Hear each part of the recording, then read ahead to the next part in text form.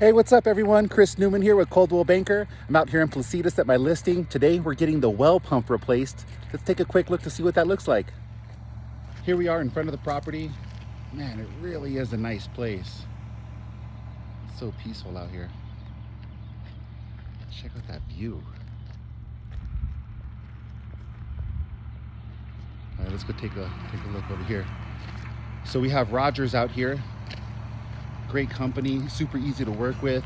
Been working with them for a little bit now, getting some work done to the property. My client had a pressure pump replaced, and then his well pump went out. And so here they are finally hooking us up. We got a lot of shade on this listing, people saying it's hard to sell a home without any water. That's true, it is hard to sell it. We had a ton of action, but here we are. We have it under contract. And my guys are over here hooking it up. All they're gonna do is pull the well pump and replace it, put a new control box, and that's really it. I appreciate you guys.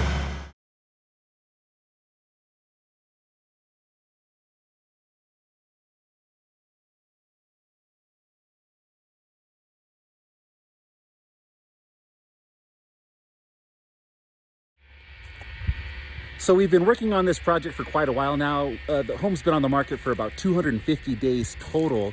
My broker just had it listed for about 150 of those days. And we knew it was a challenge from the get-go. We knew that there was no running water. Great little property out here in Placitas. I believed in the price point, just under 300,000. The features of this property are great for what you could purchase in Placitas. I always believed it was a good product, but we had some challenges with the well. The well doesn't work. People freak out, especially with Placitas being notorious for water quality or water availability, shall I say. And so we had tons of showings, lots of overpriced comments, lots of like, what are you doing, Chris? Are you crazy? You're trying to sell a home with no water. Finally, a couple weeks ago, we had a couple of people negotiate on the property. My client chose one of them to work with, and here we are now. So I always believed in the process that, we would find the right buyer. We would be able to get the well pump installed once we had a contract, be able to pay that repair at closing. That's a key piece of information here. Get well inspections, get septic inspections, get home inspections, and proceed through the closing transaction timeline. And that was exactly what we're doing right now, actually. So this is the first step. Today we know if we have a good well. So it's kind of exciting, but you know what happens. Thanks. So I thought I'd show you guys the back view deck real quick. This is one of my favorite features of the property, these views. You can see Cabazon Peak, Jemez Mountains. We have over 1 1/3 acre piece of property here, fully fenced. It's just great. Beautiful wood deck, very nice, right off the back of the home. Got the kitchen window there, garage access. So just hanging out here, watching the skies, the thunderstorms. New Mexico has some really enchanting skies, and from here you get all the vantage points.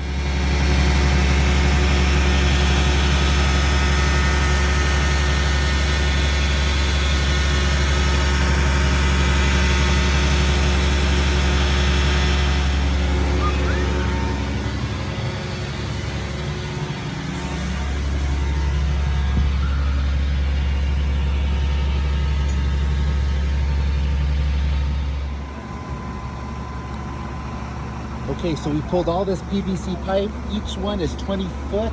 There's 25 of them. So it's about 500 feet deep. That's how deep our well is. Here we got the well pump right there. That's a 1 horsepower well pump. We're gonna go up to 1.5 horsepower. He's gonna put the control box on the outside. Now it goes down in the pump area because that's the way we did it. So we're gonna do a little bit of upgrade here. He's gonna replace the wiring, make everything up to code. The driller doesn't see a problem with doing PVC this deep. None of the joints are bad, everything's looking good. So we're moving on. So this is the old wire right here.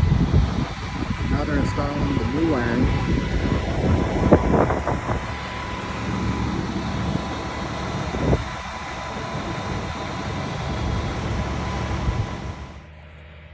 So the guy was able to measure the well depth, And the pump sat at 500 feet below the ground.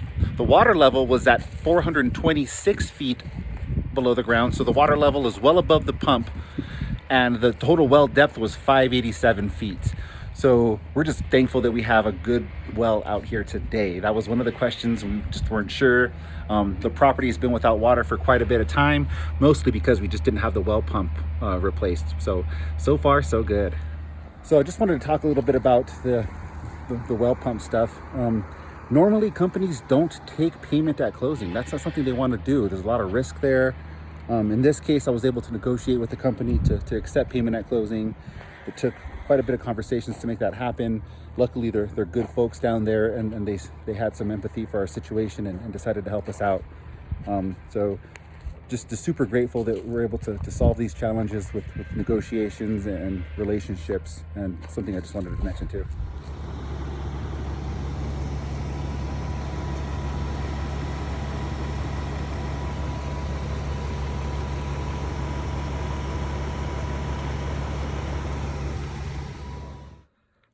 Wow, it's been a long day. Finally finished. I'm here at the house, just relaxing, eating some cheesecake, working on the business, and I just wanted to sort of wrap up, the thoughts for the day on this well pump. I even got a little bit of a sunburn. Yeah. So when I left around 5:30, they were still there working. Let me show you a quick sketch. So here's a diagram of the well pump system. And so what we were replacing today is this submerged pump right here. So it sits below the water line. Here are some of the dimensions the pump guy called out. The water line is about 426 feet below the surface. The pump sits about 500 feet, and the total well depth is about 587, the bottom of the well. So they could adjust this height as needed.